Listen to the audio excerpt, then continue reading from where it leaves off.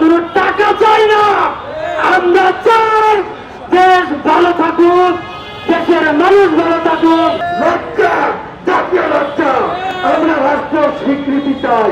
আসলে এখন এমন একটা পর্যায়ে আসলে আপনারা আসেন আমাদেরকে গুলি করে মেরে ফেলেন বা এদেরকে মেরে ফেলেন, আসলে এরা তো উটকো ঝামেলা। শিয়া বাটার ও ভিটামিন ই সমৃদ্ধ lily glam beauty soap. Lily, always beautiful. আমাদের রিস্কাওয়ালা, আমাদের ড্রাইভার ভাই, আমাদের দিনমজুর ভাইরা এখান থেকে বঞ্চিত হচ্ছে। এই বঞ্চিত হতে দেওয়া যাবে না। কিছু সংখ্যক আহত ভাইরা আছেন যারা সার্জিস ইসলাম ভাই এবং হাসনাত ভাই এবং ডাক্তার ইউনুস ওনাদের সাথে সরাসরি যোগাযোগ হয়। আমাদের তারা খবর নেয় না, তারা কমিটি করে, একা একা কমিটি করে, আমাদের আহত ভাইদের বঞ্চিত করে তারা কমিটি করে। এই কমিটি আমরা মানব না। পেজ দ্য পিপল নামে একটা পেজ, যারা কিনা আমাদের নামে উল্টা পাল্টা নিউজ করতেছে, তারা বলছে আমরা 50 লাখ টাকা চাই। আমরা কোনো টাকা চাই না, আমরা চাই দেশ ভালো থাকুক, দেশের মানুষ ভালো থাকুক, আহত এবং আহতদের পরিবার সুন্দরভাবে জীবনযাপন করুক। আপনারা সবাই জানেন, আপনারা সবাই দেখেছেন, আপনারা এখন পর্যন্ত সংবাদপত্রের স্বাধীনতা পেয়েছেন। এই সংবাদপত্রের স্বাধীনতা আমরা এনেছি, আমরা যারা সম্মুখসারিতে ছিলাম, যারা আহত হচ্ছে, যারা নিহত হচ্ছে, এরা কাদা করে কোনো মানে ওঠে নাই। আজকে আমরা যারা আহত হচ্ছে, নিহত হচ্ছে, সবার কারণে রাজপথে নামছিলাম। আমরা তো কেউ কেউ বাকি রাখি না, সবাই আমরা রাজপথে নামে আমরা এ করছি। আজকে 200 জোড়া আমার চলতে বদলে লাগছে, মেরে মেরে ভর্তি হচ্ছে, তারা দপ্তরে হুমকি দিচ্ছে কোন গুলি রোগী যাতে চিকিৎসা যাতে না হয়, এমন ভাবে হুমকি দিচ্ছে। তারা পুলিশ দেখি আমরা তখন বাথরুমে দেখি, তখন গোসলখানা দেখি, পরে থাকি আমরা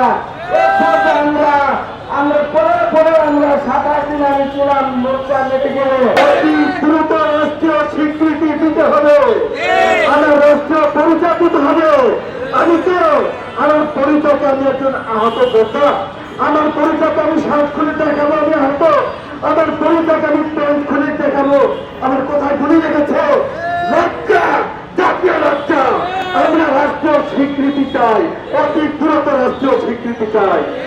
3 নম্বর, আজীবন চিকিৎসা নিশ্চিতকরণ। ইতিমধ্যে আমরা দেখেছি আমাদের অনেক আহত ভাইয়েরা হাসপাতালে কেউ ছিলেন 1 সপ্তাহ, কেউ 2 সপ্তাহ, কেউ 1 মাস, কেউ 2 মাস। এখনো কিছু ভাইরা হাসপাতালে আছে, কিন্তু হাসপাতালে থাকাকালীন প্যারাসিটামলের নাতা দিয়ে তাদেরকে বিদায় করা হচ্ছে। তাদের বাসায় যে ট্রিটমেন্টের খরচ, তাদের কর্মহীন অবস্থা, তাদের চিকিৎসা, পরবর্তী চিকিৎসা আমরা দেখছি না। সুতরাং আজীবন চিকিৎসা ব্যবস্থা নিশ্চিত করা, ঠিক কিনা বলে? হয়তো আপনি পাওয়ারফুল জায়গায় আছেন, এখন আপনি অনেক শক্তিশালী, আপনার কথা ধরবে, কিন্তু এই মানুষটা আসলে খেতে পায় না, তার যে কষ্ট, যা দুঃখ যন্ত্রণা, এই যে আজকে অনেক দিন যাবত এত বড় বড় রিং নিয়ে এইখানে আমি দেখলাম যে আসছে, তারা কি এখানে মানে কি বলে দেখানোর জন্য, লোক দেখানোর জন্য মানুষ একটা রিং পরে। এখানে আমি 2টা ছেলেকে পাইছি এমন, যাদের মানে দুইজনের একটা একটা করে পা নাই। তা আমি জিজ্ঞেস করলাম তাদেরকে, ওরা রাইট নাও আসলে আমাদের যে একটা ফাউন্ডেশন আছে সরকার বা বেসরকারি, আমি জানি না আসলে এটা কি সরকারি না বেসরকারি, আমি আসলে বলতে পারি না, এরা এখন রাইট নাও পর্যন্ত ফাউন্ডেশন থেকে নাকি অর্থ পায় নাই।